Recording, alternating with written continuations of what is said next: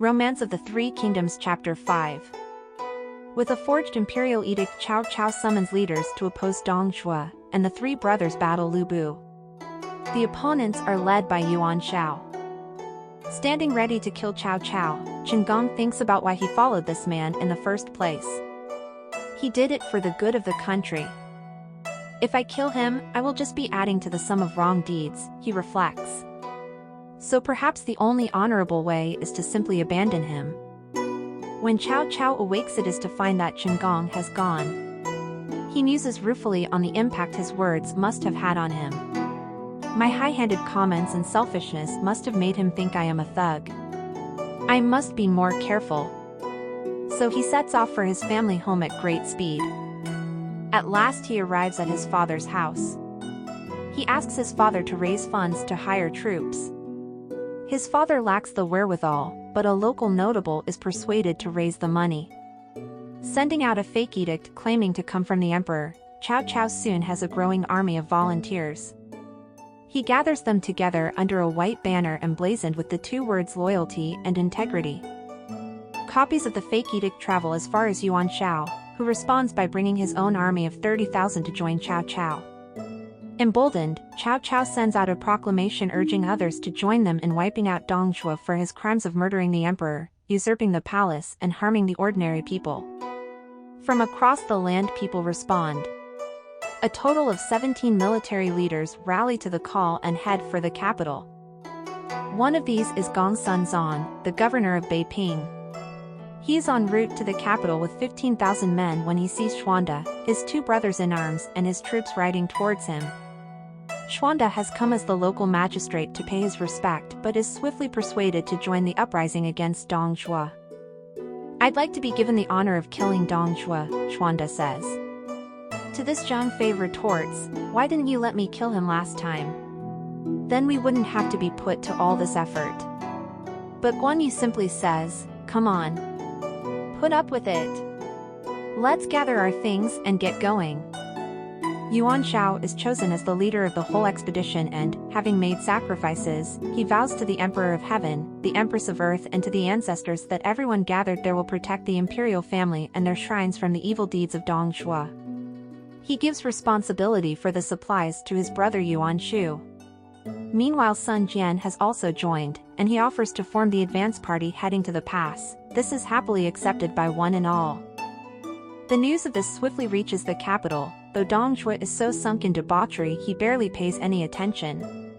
Li Ru, however, takes it very seriously and he summons the council in response. Dong Zhuo's adopted son Lu Bu tells him, "Father, don't worry. These are just straws in the wind, and I'll deal with them." But someone else challenges him in a dismissive way and says, "A butcher's knife just to kill a chicken." The one who spoke is Hua Xiong, a huge man, built like a tiger and as swift as a wolf, with a forehead like a panther and arms like a monkey. Dong Zhuo loves both this comment and the man's self-assurance, so Hua Xiong is sent off that very night with 50,000 troops to stop the enemy at the pass. The armies of Sun Jian and Hua Xiong clash violently at the pass, and Sun Jian is forced to retreat. He urgently sends a message to Yuan Shu, the quartermaster, asking for additional supplies, but these do not come. Someone has muttered in Yuan Shu's ear, Sun Jian is like a tiger from the east, and if he overthrows Dong Zhuo and captures the capital, then we'll have replaced a wolf with a tiger. Better, therefore, that by not sending supplies, Sun Jian's army should fail and be destroyed. Yuan Shu follows this advice, so no supplies are sent. The lack of supplies leads to rioting in Sun Jian's camp, and word of this soon reaches Dong Zhuo. Summoning Hua Xiong, he commands him to attack that very night. At midnight, by the light of a bright moon and with a strong wind blowing, they attack, and in the complete confusion, Sun Jian's troops are routed. All of Sun Jian's commanders, except for one whose name is Zhu Mao, abandon Sun Jian. Together they flee for their lives, pursued by Hua Xiong. Sun Jian's bright red cloak is so conspicuous that Zhu Mao tells him to take it off and give it to him, so he can wear it and provide a diversion to the pursuing soldiers. Sun Jian escapes, and Zhu Mao hangs the cloak on a tree to fool the soldiers. Having tricked them into believing the cloak is being worn by Sun Jian, he attacks them when they least expect it but is brought down by a single blow from Hua Xiong. The slaughtering of Sun Jian's defeated infantry goes on until daybreak, and Sun Jian and his surviving foot soldiers straggle back to the main camp of the rebels. Here a council of war is being held by a deeply distressed Yuan Shao, who proclaims that the army's morale has been severely diminished by the disastrous campaign. "What should we do next?" he asks. This is met by a guilty silence. It is at this point that he sees three odd-looking characters grinning at the back of the room.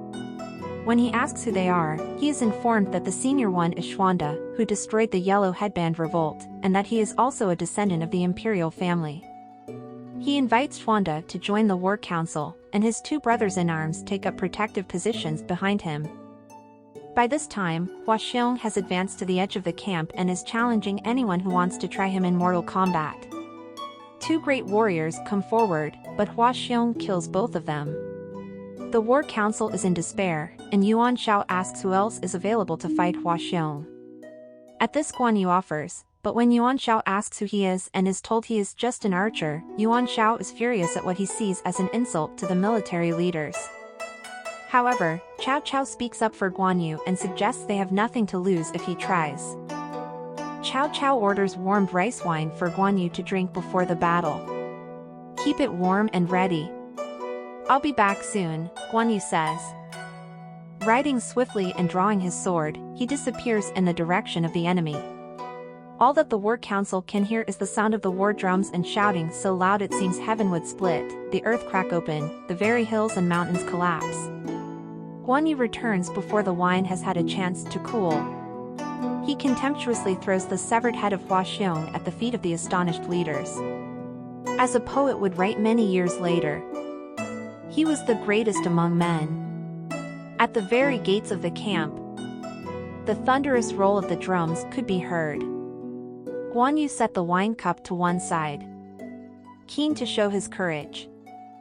With the wine still warm, when Hua Xiong was no more, while everyone else cheers, Yuan Shu broods. In revenge for the death of Hua Xiong, Dong Zhuo orders the murder of every member of Yuan Shao's family in the capital. Then the might of Dong Zhuo's forces is sent against the rebels. 200,000 men march out to confront Yuan Shao and his troops and to guard Tiger Cage Pass, some 50 miles from the capital of Luoyang. On the front line, Lu Bu rides forth to challenge any warrior who dares. He is arrayed in rich robes embroidered with flowers, while on his head he wears a triple-layered headdress of pure gold. His body armor is a snarling head of a wild beast, while his belt is clasped by a lion's head. With his arrows, his halberd and his two-edged sword, he rides the warhorse Red Hair, whose every neigh sounds like a raging storm. Not only is Lu Bu the chief among warriors, but Red Hair is the first among horses. Challenger after challenger goes forward from Yuan Shao's forces, only to be killed almost at once by the wrath of Lu Bu. Only one champion, a man with the name of Gong Sun Zan, escapes with his life.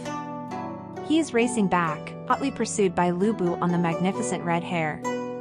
And then just in time he is saved by a cry from one side. "Come on, you pompous upstart, claiming titles you've got no right to," shouts the voice.